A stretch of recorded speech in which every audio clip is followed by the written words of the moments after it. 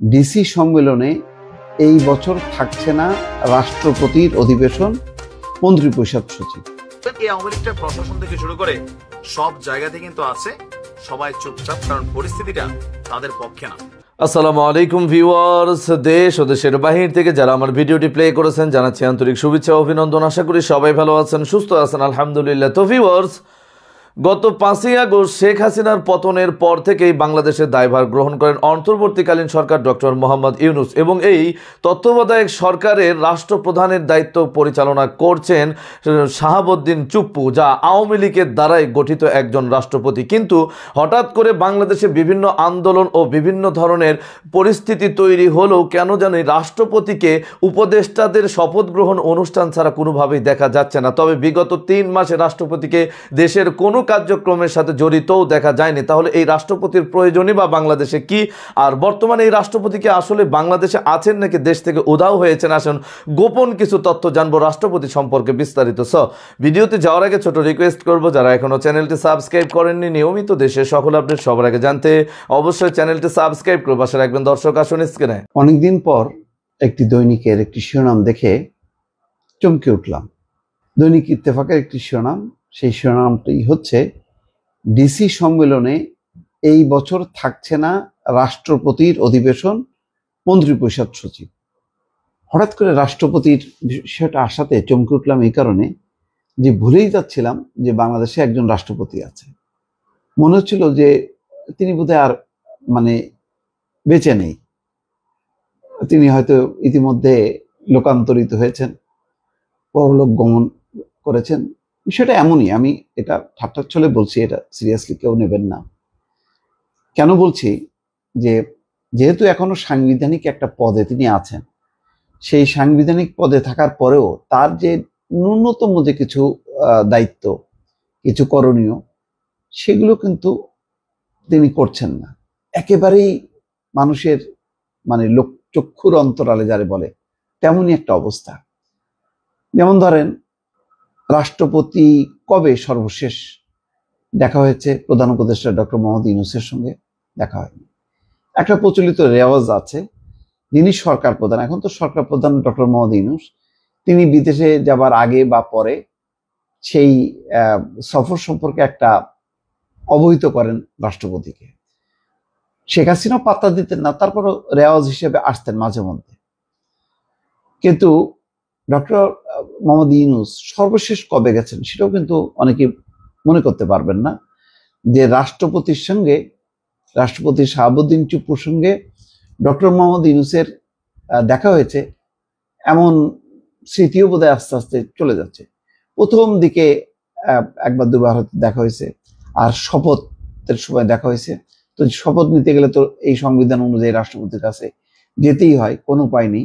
সর্বশেষ যে যারা সে কবর রচনা করতে গিয়েছিল, একেবারে রাষ্ট্রপতি চুপ্পুকে পদত্যাগ করতে হবে, সেই মাহফুজ আলমও শপথ নিয়েছেন, নাহিদ ইসলাম, আসিফ মাহমুদ, তারা প্রথম দফায় শপথ নিয়েছেন। পরে সর্বশেষ শপথ নিয়েছেন যে কয়েকজন, তার মধ্যে মাহফুজ আলম ছিলেন।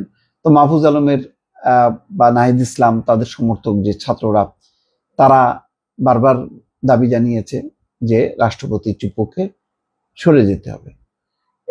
এই দাবি নিয়ে তারা বিএনপির সঙ্গেও কথা বলেছে। বিএনপি বলেছে যে না, এটা এখন মূল ইস্যু না, এটা সংবিধান সংকটের মধ্যে পড়বে, এই সংকট বাড়ানো যাবে না, বরং দ্রুত জাতীয় নির্বাচনের মধ্য দিয়ে এই সংকটটা উত্তরণ করানো দরকার। তারপরে জাতীয় নির্বাচন হলে তো সংসদে নতুন রাষ্ট্রপতি নির্বাচন হবে।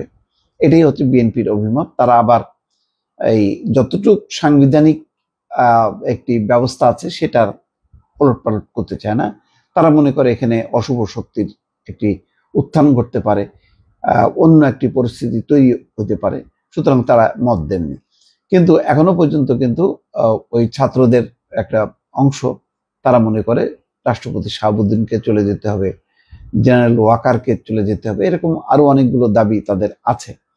তো যাই হোক, আজকে যে জন্য বললাম, যে যেখানে রাষ্ট্রপতির কোনো খবরই নেই, রাষ্ট্রপতি তার ন্যূনতম যেই কর্মকাণ্ডগুলো সেটাই যেখানে চালাতে পারেন না, সেখানে ডিসিদের সম্মেলন, যেটা 16 তারিখ 17 তারিখ উদ্বোধন করবেন, প্রধান উপদেষ্টা ডক্টর মোহাম্মদ ইউনূস, তার একটা সেশন নিয়ম মাফিক রাষ্ট্রপতির জন্য বরাদ্দ থাকে, তো সেটা থাকবে এই আমলে, এটা তো আশা করা যায় না।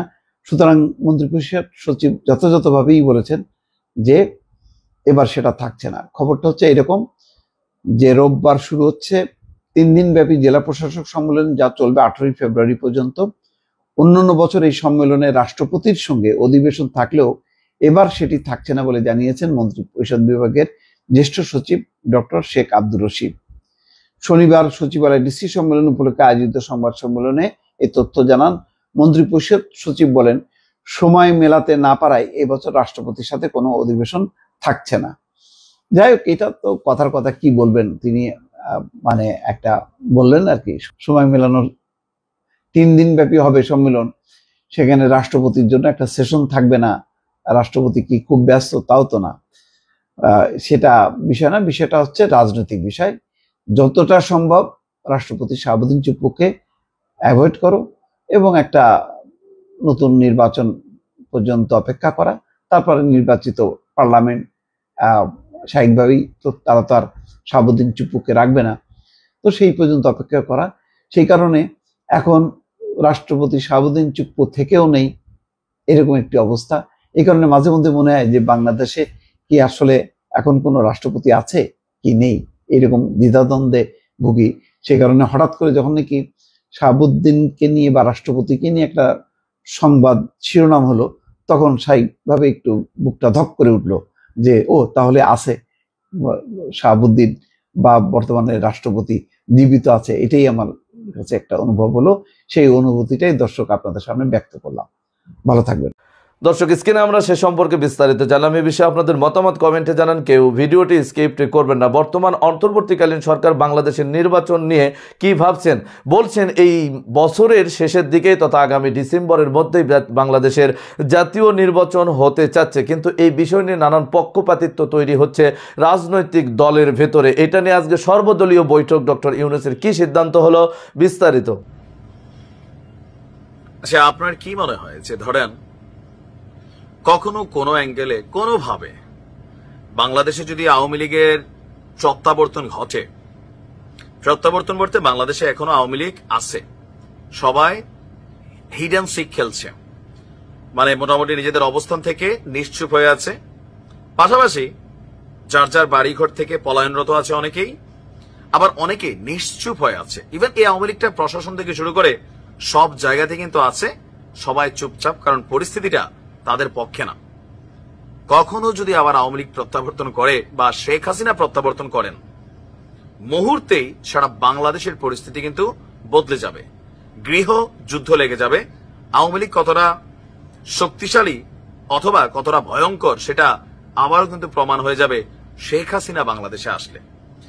আর এই অভ্যুত্থানের যারা মাস্টার মাইন্ড অথবা মেটিকুলাস প্ল্যানার, সমন্বয়করা, এদের মধ্যে অনেকে ছাত্রলীগের সাথে কানেক্টেড ছিল, অনেকে বিভিন্নভাবে আওয়ামী লীগের সাথে কানেক্টেড ছিল। প্রত্যেকটা ব্যক্তির কঠিন সাজা দেবে শেখ হাসিনা, এমনকি তার বিভিন্ন অডিও বার্তা, নেতাদের বিভিন্ন পোস্ট থেকে এটা নিশ্চিত।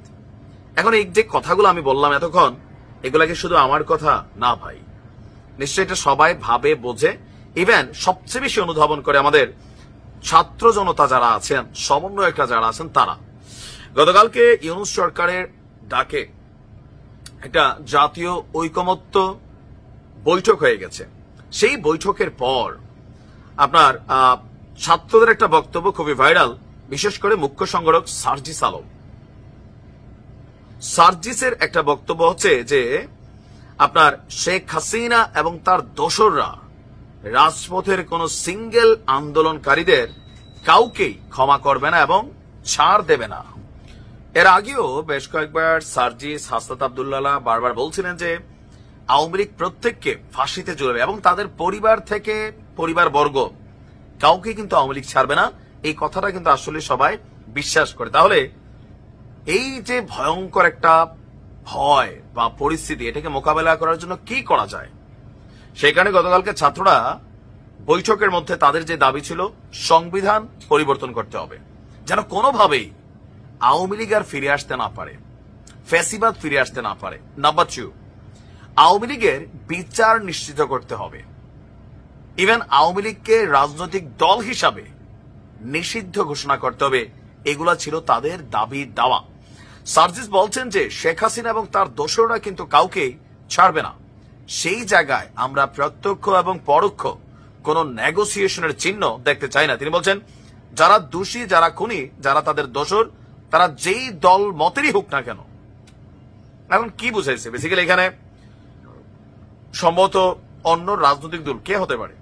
বিএনপি, জামাত, এই দুটো দলকে নিশ্চয়ই বোঝানো হয়েছে, এর মধ্যে কেউ না কেউ। আচ্ছা, তো যারাই এখানে বলা হচ্ছে এটার মধ্যে কানেক্টেড হয়ে যাবে তাদের শাস্তি হতে হবে। এই বিচারিক প্রক্রিয়ায় আমরা কোন ধরনের হস্তক্ষেপ প্রত্যাশা করি না, এটা আমাদের জায়গা থেকে স্পষ্ট করে দিয়েছি। তো কেন স্পষ্ট করতে হচ্ছে? কারণ এই আন্দোলনে ওই যে বললাম না, যদি কখনো শেখ হাসিনা ফিরে আসে বিএনপি খুব বেশি বড় বিপদে পড়বে না, জামাত একটা বড় ধরনের ধাক্কা খাবে। তবে সবার চেয়ে সবচেয়ে বেশি ধাক্কা এই সমন্বয়করা বিভিন্ন জায়গায় যারা আছেন, ডক্টর ইউনূস, প্রত্যেককেই আসলে কিন্তু একটা কঠিন কি বলা হয় যে পরিস্থিতি মোকাবেলা করতে হবে। আর এই ভয় থেকেই ছাত্ররা চাচ্ছে এই দেশে আওয়ামী লীগের রাজনীতি চিরতরে নিষিদ্ধ করা হোক। ইভেন তারা বিএনপিকে কিন্তু ট্রাস্ট করছে না যে বিএনপি ক্ষমতায় গেলে আওয়ামী লীগের বিচার হবে, এটার উপর তাদের শতভাগ আস্থা নেই। তারা মনে করছে বিএনপি যদি ক্ষমতায় যায় তাহলে আওয়ামী লীগ অনেকাংশে আবার আগের মতো শক্তিশালী হয়ে যাবে। আর যদি শক্তিশালী হয়, তারা যদি রাষ্ট্র ক্ষমতায় না থাকে, মানে ছাত্ররা, তখন তারা মাইন্ডের চিপায় পড়ে যাবে। দ্যাটস ওয়াই তারা নিজেদের সেফটির জন্য হোক, নিজেদের ভবিষ্যতের জন্য হোক, তারা কিন্তু রাজনৈতিক দল গঠন করে মোটামুটি ক্ষমতার আশেপাশে থাকতে চায়, যেন তাদের একটা পাওয়ার, রাষ্ট্রীয় পাওয়ার তাদের হাতে থাকে। কারণ এই ইন্টারিম গভর্নমেন্টটা পড়ে গেলে, সরে গেলে, একটা নির্বাচন হয়ে গেলে, অন্য রাজনৈতিক দলগুলো যদি সেখানে ক্ষমতায় চলে যায়, এই ছাত্রদের কথা কেউ খেয়াল রাখবে না। এটা হচ্ছে প্র্যাকটিক্যাল। আবার ছাত্ররা যে পরিমাণ বাদানুবাদে জড়াই গেছে, বিশেষ করে এখন জামাতের সাথেও প্রকাশ্যে, বিএনপির সাথেও, তো সেই জায়গা থেকে বাংলাদেশের রাজনীতি এত উদার না যে কোথাও না কোথাও আলাদা কোনো এখানে ভাইব আমরা দেখতে পাবো। তারপর কি মনে হয় যে শেখ হাসিনা? দর্শক, স্ক্রিনে আমরা সে সম্পর্কে বিস্তারিত জানলাম। সো ভিডিও এই পর্যন্ত। ভালো লাগলে লাইক এন্ড কমেন্ট করবেন এবং দেশের সকল আপডেট সবার আগে জানতে অবশ্যই চ্যানেলটি সাবস্ক্রাইব করে পাশে রাখবেন। দেখা হবে পরবর্তী ভিডিওতে ইনশাআল্লাহ। আসসালামু আলাইকুম ওয়া রাহমাতুল্লাহ।